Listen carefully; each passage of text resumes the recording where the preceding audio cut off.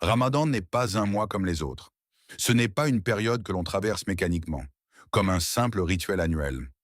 C'est un cadeau divin, un temps choisi par Allah pour révéler le Coran, pour rapprocher le serviteur de son Créateur et pour transformer profondément le cœur et l'âme. La valeur de ce mois est immense, car chaque instant compte. Chaque prière, chaque jeûne, chaque sourire ou parole de bienveillance voit sa récompense multipliée. Chaque effort sincère, aussi petit soit-il, devient un investissement durable pour l'au-delà. Le temps passe rapidement pendant Ramadan, et cette rapidité nous rappelle la fragilité de notre existence. Il est facile de se laisser absorber par les routines ou les distractions, mais chaque moment gaspillé est une occasion spirituelle perdue.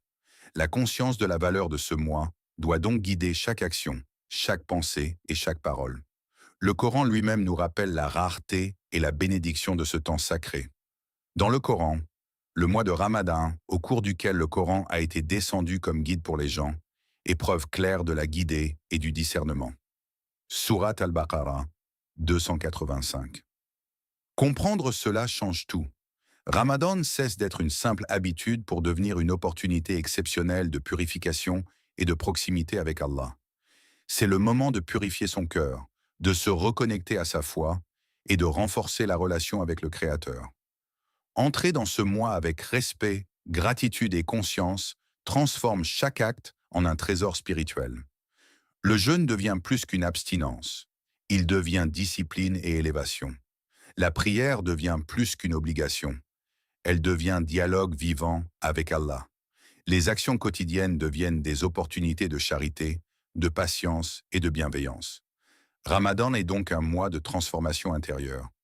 Il ouvre les portes du bien et de la miséricorde, multiplie les récompenses et offre un chemin unique vers la purification et l'élévation spirituelle. Celui qui comprend la valeur réelle de ce mois entre dans Ramadan avec un cœur vigilant, prêt à profiter de chaque instant, et sortira de ce mois avec une foi renforcée et une âme renouvelée. Chaque geste compte, chaque effort est amplifié, chaque cœur sincère est récompensé. Ramadan n'est pas simplement un mois, c'est une occasion rare et précieuse offerte par Allah, et il appartient à chaque croyant de la saisir pleinement. Ramadan est un mois de bénédiction infinie, mais il peut aussi passer très vite si l'on n'y prête pas attention. Beaucoup commencent avec enthousiasme, lire le Coran, prier davantage, donner en charité, se rapprocher d'Allah. Mais sans un minimum d'organisation, cette énergie se disperse, l'ardeur s'épuise et les bonnes intentions s'estompent avant même la moitié du mois. C'est là que l'importance de la planification entre en jeu. L'organisation n'est pas une rigidité inutile. C'est une clé qui ouvre les portes des bienfaits de Ramadan. Elle permet de structurer ses efforts, de donner à chaque aspect de sa foi l'attention qu'il mérite et de maintenir la constance nécessaire pour que le mois produise un véritable impact spirituel. Chaque jour peut être préparé, moment de lecture du Coran, prière supplémentaire, temps pour le dhikr, occasion de charité et instant pour réfléchir et se reconnecter avec Allah.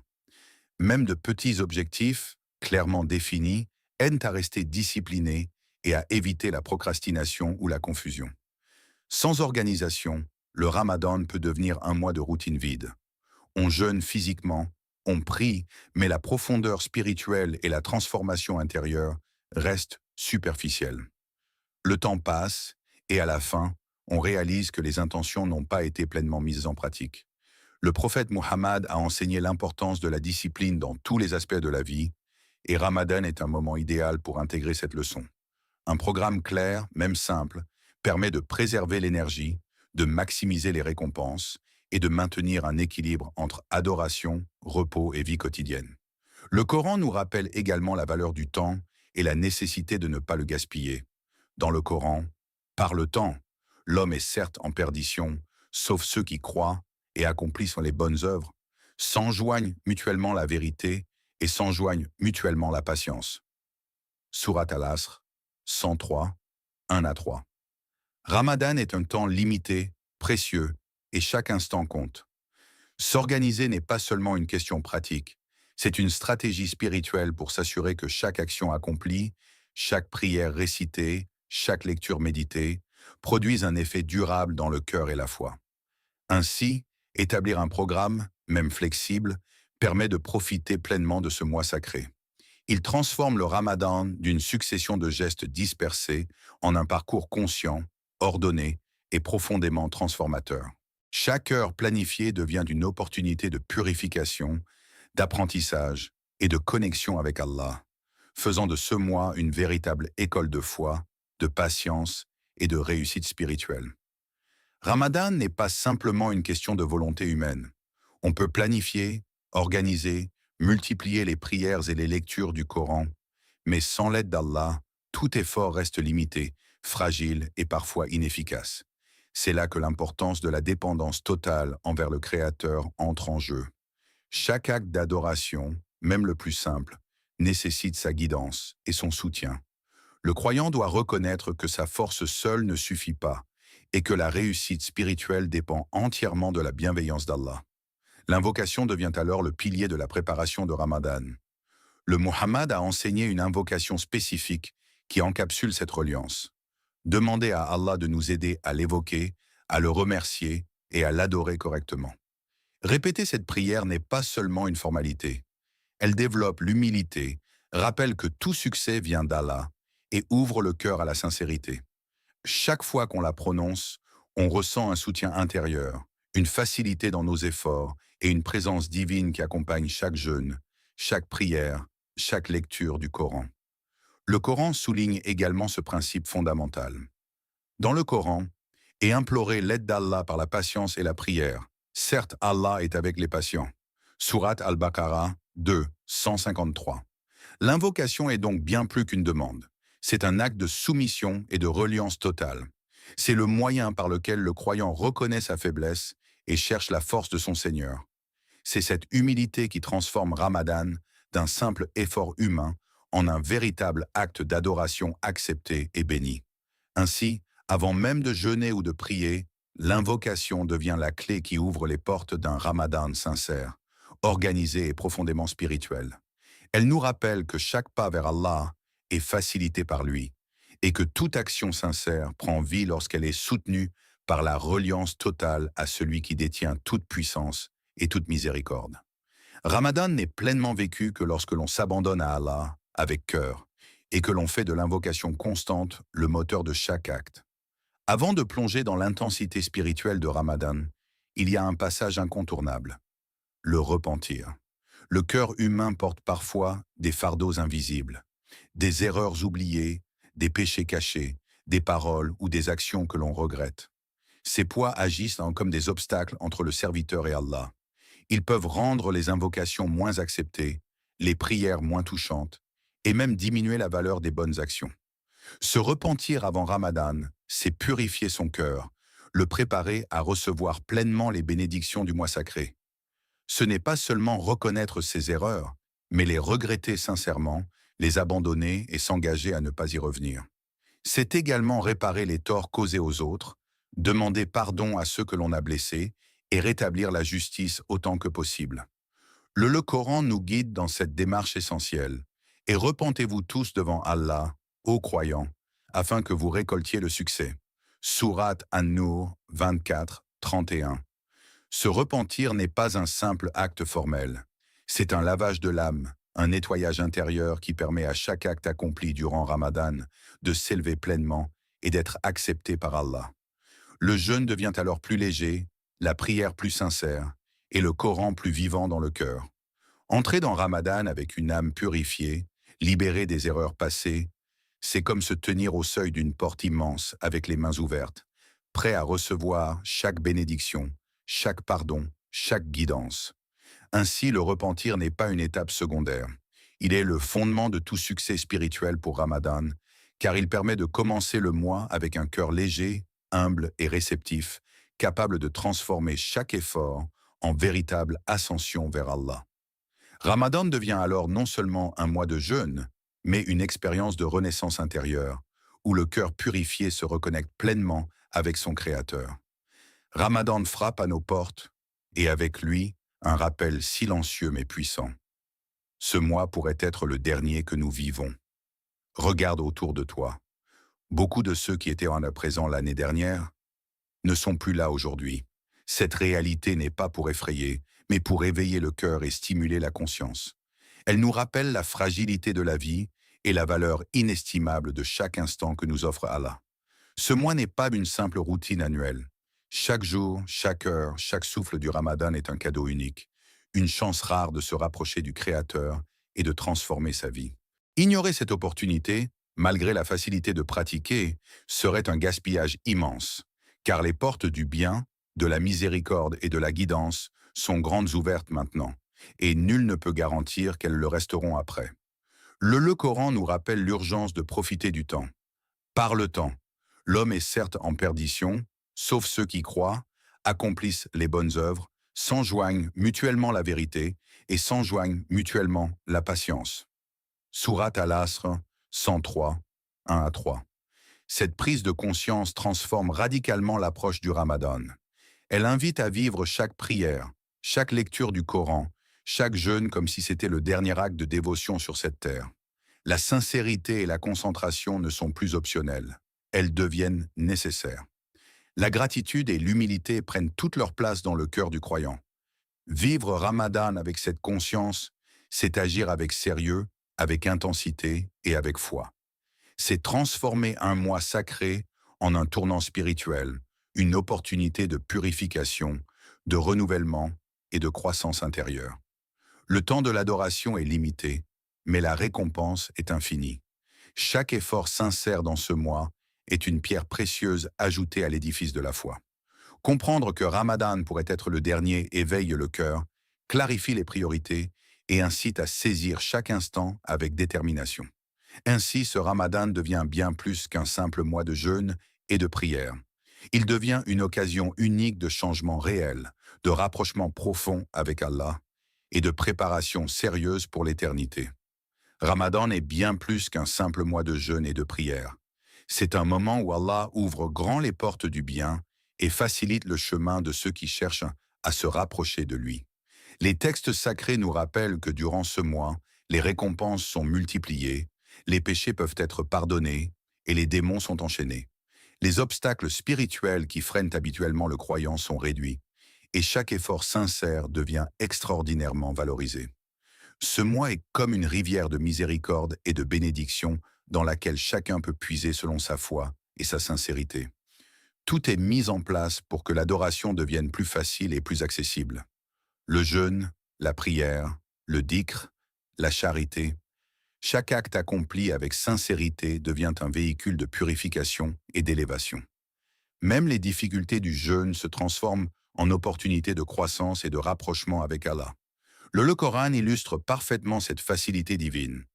Le mois de Ramadan au cours duquel le Coran a été descendu comme guide pour les gens, est preuve claire de la guidée et du discernement.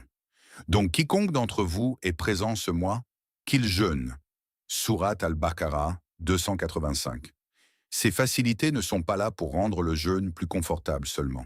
Elles sont là pour encourager le croyant à profiter pleinement de chaque instant, à multiplier les bonnes actions et à saisir les occasions uniques de purification et de récompense. Refuser de tirer parti de cette abondance divine équivaut à négliger un trésor immense offert par le Créateur. Ramadan devient ainsi une période d'opportunité exceptionnelle. Chaque prière, chaque lecture du Coran, chaque effort sincère est accueilli avec une facilité et une valeur amplifiée. C'est un mois où les portes de la miséricorde s'ouvrent largement, où la récompense est multipliée et où même les plus petits gestes accomplis avec foi sont grandement récompensés. Le croyant conscient comprend que ce mois n'est pas un simple calendrier.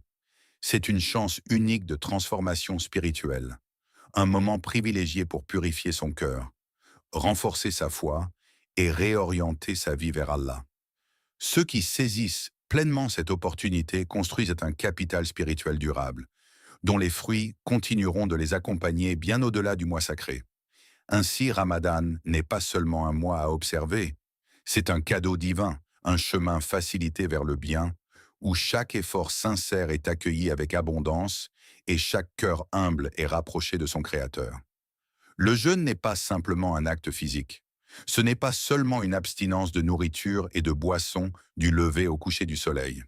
C'est une éducation complète, un entraînement qui touche à tous les aspects de la personne, du corps à l'âme. Chaque organe, chaque sens, chaque pensée est concernée. La langue doit se retenir de mensonges, de paroles blessantes et de médisances. Les yeux doivent éviter l'indécence ou la curiosité malsaine. Les oreilles doivent se détourner des discussions inutiles ou nuisibles. Le cœur doit se purifier de l'orgueil, de la rancune et de l'envie. Même les pensées doivent être orientées vers le bien et la conscience d'Allah. Le Muhammad a décrit le jeûne comme un bouclier. Le jeûne est un bouclier. Quand l'un de vous jeûne, qu'il évite les paroles futiles et les actes injustes. Si quelqu'un l'insulte ou le provoque, qu'il dise « je jeûne ». Ainsi, Ramadan devient bien plus qu'une simple privation physique. Il se transforme en une école de discipline et de maîtrise de soi, où chaque action est encadrée par la conscience et la sincérité. Le jeûneur apprend à contrôler ses désirs, à dominer ses émotions et à purifier son être dans sa globalité. Ce jeûne complet prépare l'âme à se rapprocher d'Allah, à développer patience, humilité et gratitude. Chaque privation physique devient une leçon spirituelle. Chaque effort conscient un pas vers la purification et l'élévation intérieure. Comprendre cette dimension du jeûne transforme radicalement l'expérience de Ramadan.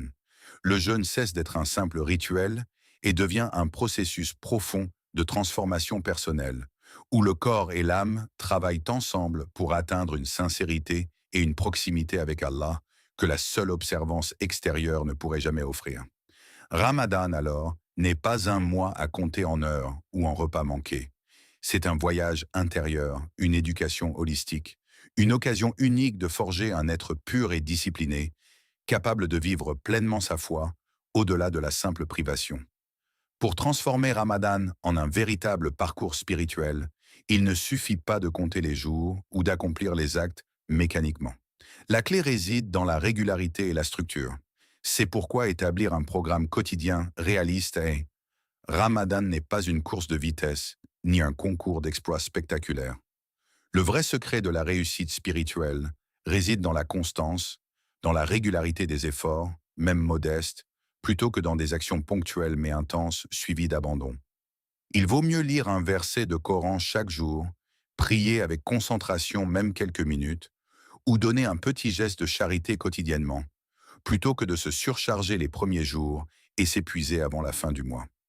Cette approche progressive permet au cœur de s'adapter, à l'âme de se renforcer et aux habitudes de se fixer durablement. Le Coran met en lumière ce principe de constance et de discipline. Et ceux qui s'efforcent pour nous, nous les guiderons certes sur nos voies. Allah est en vérité avec les bienfaisants. Surat Al-Ankabut 29, 69. Ramadan devient alors un terrain d'entraînement pour la vie spirituelle. Un mois pour installer des habitudes qui perdureront bien au-delà de ces 30 jours sacrés.